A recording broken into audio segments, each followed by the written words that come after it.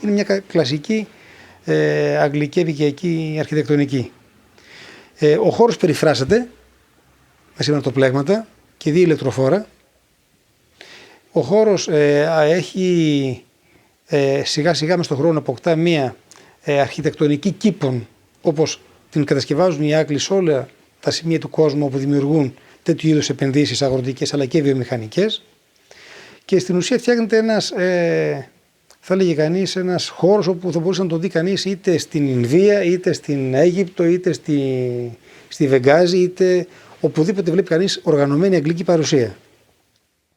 Οι κήποι δημιουργήθηκαν από την αγγλική εταιρεία Κοπαΐδος το 1887, παράλληλα με το κτίσιμο των σπιτιών για το ανώτερο δυναμικό της εταιρείας.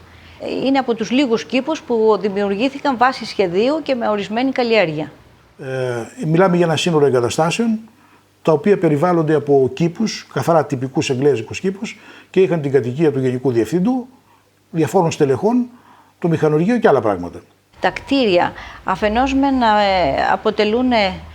συμβάλλουν στην ιστορική μνήμη του όλου θέματος της Κοπαΐδος, και αφετέρου έχουν από μόνα τους αξία, είναι πάρα πολύ ωραία κτισμένα, είναι με ισόδομο σύστημα λιθοδομές, με κεραμοσκεπή, με κάθε κτίριο μπροστά στην είσοδό του.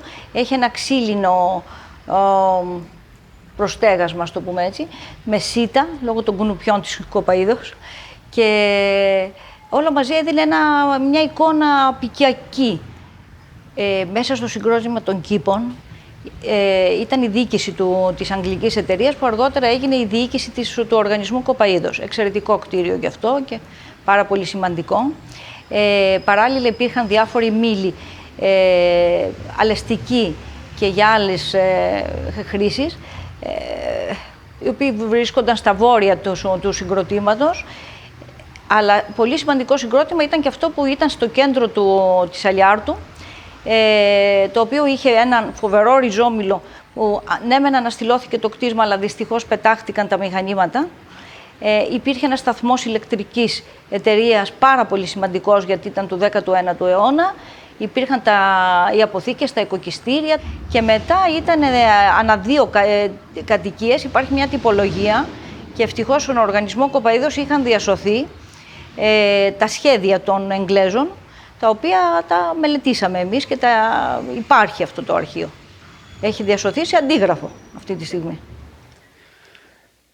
Έχει το φούρνο του, έχει το εσωτερικό του μπακάλικο, έχει το ταχυδρομείο του, έχει το τηλεφωνείο του, έχει το ιατρείο του, έχει ό,τι χρειάζεται μια κλειστή κοινωνία.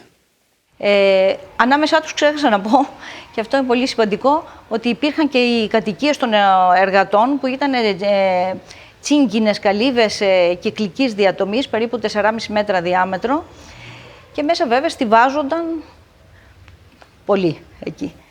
Έξω από αυτόν τον οικισμό, τον περιχαρακωμένο και τον σκληρά προστατευμένο, γιατί δεν μπορεί να μπει κανένας μη Εγγλέζος μέσα, παρά μόνο με άδεια των Εγγλέζων, έχει φρουρούς σε όλες τις πύλες. Οργανώνεται ένας παράλληλος οικισμός, μια μπιντόν-βίλ θα το έλεγε κανείς, με τσίγκινα παραγκόσπιτα, και υπάρχει και μια τρίτη κατηγορία κτισμάτων, τα οποία κατασκευάζονται από τους Εγγλέζους, όπως αυτοί σιγά σιγά αρχίζουν να διώχνουν τα νερά με τα νέα έργα τα οποία κατασκευάζουν και να καλλιεργούν τη γη. Ανά τετραγωνικό χιλιόμετρο, όπως προχωρούν προς το εσωτερικό της λίμνης, κατασκευάζουν σε διάφορα σημεία. Θα δείτε ότι όλο το κτήμα χωρίζεται σε οικοδομικά τετράγωνα του 1 χιλιόμετρου. Υπάρχουν λοιπόν μικρά φρουρία, μικροί σταθμοί, όπου ελέγχεται η καλλιέργεια και η παραγωγή, και μεγαλύτερα ανά 5-6 τετραγωνικά χιλιόμετρα κτίρια που αποτελούν τα κέντρα συλλογής του καρπού και διανομής των εργαλείων και του καρπού στους καλλιεργητές. Το Υπουργείο Πολιτισμού, εκτιμώντας τη σπουδαιότητα των εγκαταστάσεων αυτών, θεώρησε ότι χρήζουν ειδικής κρατικής προστασίας και το 1991 τα κήρυξε σαν ιστορικά διατηρητέα μνημεία. Όλα αυτά είχε γίνει μια συνολική πρόταση από την Εφορία Νεωτέρων Μνημείων το 1994. Είχε προταθεί για χρηματοδότηση στην περιφέρεια Στερεάς Ελλάδος Αλλά δυστυχώς δεν προχώρησε. Αυτό πρέπει κανείς να το δει συλλογικά, όλο μαζί. Όπως ακριβώς έγινε με την περίπτωση της γαλλικής εταιρείας στο Λαύριο. Επειδή έχω μεγαλώσει και γνωρίζω πώς ήταν η Κήπη πριν 20-25 χρόνια, υπήρχαν 5 άνθρωποι που το συντηρούσαν σε καθημερινή βάση. Δεν μπορεί κανείς να περιγράψει πώς ήταν τότε. Δηλαδή το κάτι άλλο, διαφορετικό. Νόμιζα ότι έμπαινες κάπου αλλού, όχι δηλαδή ότι δεν ήταν αυτό το σημείο εδώ πέρα των κήπων, ότι ήταν στην Αλίαρτο. Νόμιζα ότι πρέπει να ήταν στην Ολλανδία. Οι τουλίπες διαφόρων χρωμάτων, πηγόνιες, φυτά δηλαδή σπάνια. Σπάνια φυτά και κάθε τριανταφυλλιές ό,τι χρώμα ήθελες. Υπήρχαν οι συνδόνιες όλα γύρω-γύρω. Ύστερα οι κυπουροί, ας το πούμε, βάζανε σε όλα τα παρτέρια, δηλαδή μέσα στο κάθε σπίτι, ας το πούμε, έβαζε και άνθη. Δηλαδή εποχιακά, καλοκαιρίνα, δηλαδή 4-5 φορές το χρόνο έβαζε συνέχεια φυτά, το οποίο ήταν καταπράσινο όλο χειμώνα καλοκαίρι. Υπήρχαν εποχές που μαζεύαμε λωτούς, έχουν τριαντάφυλλα ανάλογα την εποχή, δηλαδή ακόμα μόνο με τη φροντίδα αυτών πια που μένουν μέσα, υπήρχαν εξαιρετικά φυτά. Καταρχάς εμείς σαν παιδιά και σαν έφηβοι είχαμε τους κήπους της Αλιάρτου σαν όπως ανέφερα πριν, τον επίγειο παράδεισο. Υπήρχαν σπάνια ίδιοι λουλουδιών. Εμείς βέβαια, για να είμαστε και ειλικρινείς, υπήρχε και ένας περιορισμός στην πρόσβαση, αλλά όταν πηγαίναμε στους κήπους νομίζαμε ότι κάναμε βόλτα σε μια διαφορετική χώρα, σε ένα διαφορετικό πλανήτη θα έλεγα.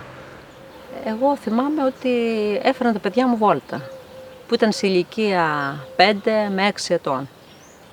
Και πιο μικρά δηλαδή. Και ερχόμουν και εγώ όταν ήμουν πιο μικρή. Έμπαινα κρυφά από τους φράχτες, γιατί το θεωρούσαμε ότι ήταν κάτι για μας που ζούσαμε εκτός στον κήπο, ότι εδώ πέρα ήταν η ελίτ. Αλλά σαν λέω τώρα, βάλτε τώρα να είναι εδώ πέρα 6 άνθρωποι μόνιμοι και 3 σας λέω με 9 μήνο. Μετά το 92 έφυγε και ο τελευταίος. Δηλαδή μετά από το 93 δεν υπήρχε τίποτα, δηλαδή Κυπουρός εννοώ. Και ό,τι κάνουμε μόνο οι ίδιοι που είμαστε εμείς, ας το πούμε, που μένουμε στα σπίτια. Μετά τον Εθνικό Κήπο έχει τα σπανιότερα δέντρα εδώ μέσα, μετά τον Εθνικό Κήπο. Νομίζω η ανθρώπινη διαβίωση είναι κάτι εξαιρετικό. Μου θυμίζει λίγο Ελβετία περισσότερο. My father worked here when his parents died when he was 11 years old, and he had to go to work. And so he went to work for the head Englishman here, and he worked as his personal valet, helping him, kept his shoes polished, his clothes. He traveled with him wherever he went, and he did that for 3 years. So this little place is, I've been here with my father, and he's shown me around the place and where he lived and what he did, and I found it very interesting. Εγώ πρόλαβα κάποια πράγματα, έχω περίπου 30 χρόνια εδώ πέρα. Ο χώρος αυτός είχε προσωπικό, είχε εργάτες, είχε νερά που εδώ αρδεύανε το χώρο. Ήταν πολύ πιο όμορφο παλιά και εγώ αυτό έχω ακούσει, ότι ήταν γεμάτο λουλούδια και γενικά ήταν. Και έχει και τροφίμενο νερό, Ναι. Επειδή έχω και προσωπική αντίληψη για τους κήπους, είχα δει όταν ήμουν μικρός, αποτελούσε ένα κόσμημα για την περιοχή. Ήταν ό,τι καλύτερο. Ήταν τυπικός αγγλικός κήπος με πολλά φυτά, με λουλούδια. Δηλαδή, ο επισκέπτης πριν φτάσει στον κήπο καταλάβαινε ότι κάτι υπάρχει από τις μυρωδιές. Σήμερα δεν υπάρχει τίποτα. Ή δεν σου θυμίζει τίποτα από το ένδοξο αυτό παρελθόν. Πριν το 80, εδώ ήταν ένας παράδεισος. Πριν το 80-81. Και ερχόντουσαν και παλιά έρχονταν και οι βασιλείς και κάνανε εδώ, σε αυτό το χώρο εκεί, και κάναν διακοπές το μήνα Μάιο. Είχε 4 κυπουρούς, είχε πολλά πράγματα. When I came here, I was 15 years old the first time with my father, and the people were very, very poor. They had no running water, outside toilets, hardly any electricity. Some of their little homes had dirt floors. They had 1 or 2 outfits of clothing, and when I came to see this place right here, it was very well taken care of. It had running water, and I even got to take a shower in the house over here. Πάρα πολύ ωραία. Από μικρό παιδάκι. που ερχόμουν ήταν λουλούδια, φύλακες, εργάτες. Πολύ ωραία. Βέβαια, στην αγοριά μου ήταν πάρα πολύ ωραία.